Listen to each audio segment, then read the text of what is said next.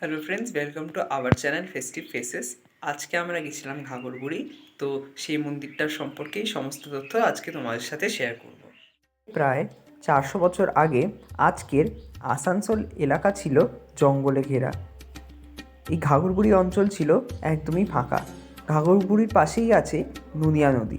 এই নুনিয়া নদীর তীরেই ঘাগরবুড়ি মন্দির প্রতিষ্ঠিত। একজন খুব বৃদ্ধ ব্রাহ্মণ এখানে বাস করতেন। তার নাম ছিল কাঙালিচরণ। তিনি আশেপাশের বাড়িগুলোতে যজমানি করতেন, যা আয় হতো তাই খেতেন।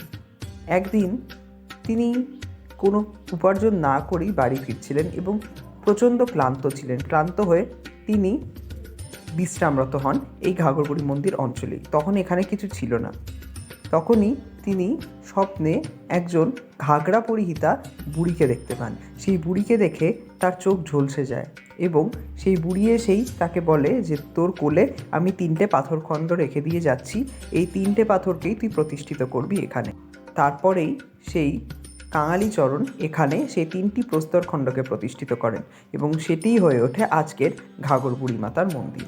মন্দির প্রাঙ্গণে মহাদেবের মন্দির, যাকে বুড়ো বাবা শিব মন্দির নামেও খ্যাত। তাছাড়া শ্রীরামচন্দ্রের মন্দির, হনুমানজির মন্দির, এই সমস্ত মন্দির আশেপাশে আছে। এই মন্দিরে রোজই প্রায় এরকম ভিড়ই হয় আর বহু লোকের সমাগম হয়। এখন আমি তোমাদেরকে শিব মন্দিরের দর্শন করালাম। এটি হচ্ছে ঘাগরবুড়ি মায়ের মন্দির। আর ওই যে দেখো 3টি প্রস্তরখণ্ড, মধ্যবর্তী স্থলে আছেন মা ঘাগরবুড়ি। ইনি আসলে মা চণ্ডী। মাঝখানে মা ঘাগরবুড়ি, বাঁ পাশে মা অন্নপূর্ণা এবং ডান পাশে পঞ্চানন মহাদেব। আনুমানিক 400 বছর ধরে এইভাবে এই একই জায়গায় পুজো পেয়ে আসছে। মন্দির তো সবে তৈরি হয়েছে, এর আগে অবধি এখানে এই বৃক্ষতলাতেই এই 3টে প্রস্তরখণ্ড পুজো হয়ে আসছে। আজকে আমরাও পুজো দিতে গেছিলাম। দেখতেই পাচ্ছ কত বড় লাইন। এই শিব মন্দিরের সামনে থেকেই লাইন শুরু হয়ে যায়। এই দিক থেকে প্রবেশদ্বার। আর এই যে আমার মা আর কাকি প্রথমে বাবা ভৈরবের দর্শন করে নিচ্ছেন। এরপরে আমরা মন্দিরের ভেতরে প্রবেশ করে পুজো দেখলাম। এখানে কিন্তু এখনও ছাগ বলি হয়, যেটা দেখে আমার খুব ভালো লাগলো যে অন্তত এখনও এই প্রাচীন মন্দিরগুলোতে ছাগ বলির প্রথা আছে। নাহলে তো আস্তে আস্তে এইসব প্রথা উঠেই যাচ্ছে।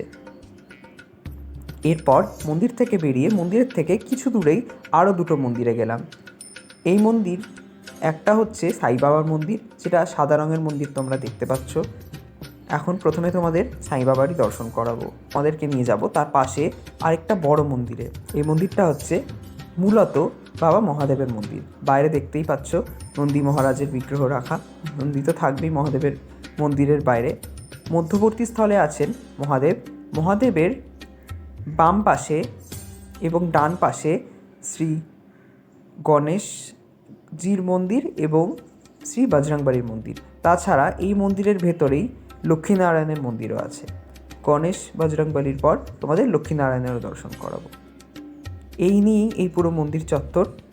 তোমাদেরকে ঘাগরবুড়ি মন্দির, ঘাগরবুড়ির আশেপাশের সমস্ত মন্দির প্রাঙ্গণ দর্শন করালাম।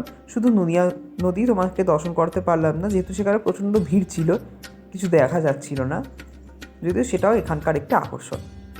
এটা হচ্ছে আশেপাশের বাজারহাট। আজকের মতন ভিডিও এখানেই শেষ করছি। দেখা হবে আবার নেক্সট ভিডিওতে।